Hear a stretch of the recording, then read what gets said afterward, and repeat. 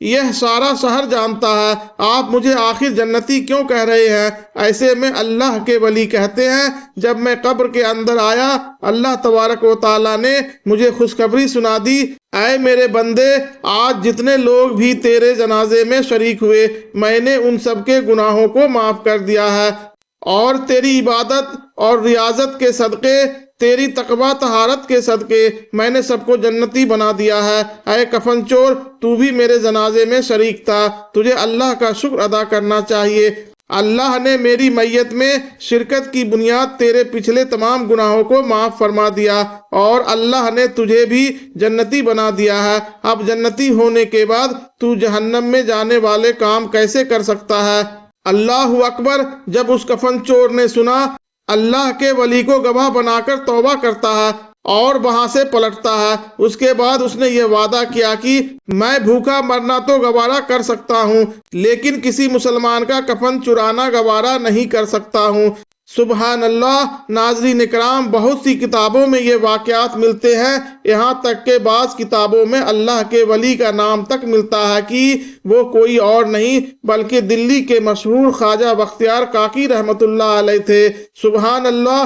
آج کے اس واقعے سے ہمیں اور آپ کو بہت ساری باتیں سیکھنے کو ملتی ہے۔ سب سے پہلے بات تو یہ ہے، جو اللہ کا واقعی نیک بندہ ہوتا ہے اسے پتا ہوتا ہے اللہ نے مجھے کب تک کی زندگی عطا کی ہے اور کب مجھے موت آنے والی ہے، اور ساتھ ہی ساتھ یہ بھی پتا چلا اگر نیکوں کے جنازے میں کوئی گنہگار بھی شرکت کرے، اللہ گنہگار کے گناہوں کو نیکوں کے صدقے میں معاف فرما دیتا ہے۔ اس لیے صوفیہ فرماتے ہیں اگر مرنے والا جنتی ہے، جنازے میں شریک ہونے والے گنہگار ہیں، اللہ اس نیک کے صدقے میں جنازے میں شرکت کرنے والوں کے گناہ کو معاف فرما دے گا، اور اللہ نہ کرے، سزاوار نہ کرے، اگر مرنے والا گنہگار ہے اور اس کے جنازے میں شرکت کرنے والے لوگ نیک ہیں، پرہیزگار ہیں، نمازی ہیں، تو جنازے میں نیکوں کی شرکت کی بنیاد اللہ مرنے والوں کے گناہوں کو معاف فرما دیتا ہے۔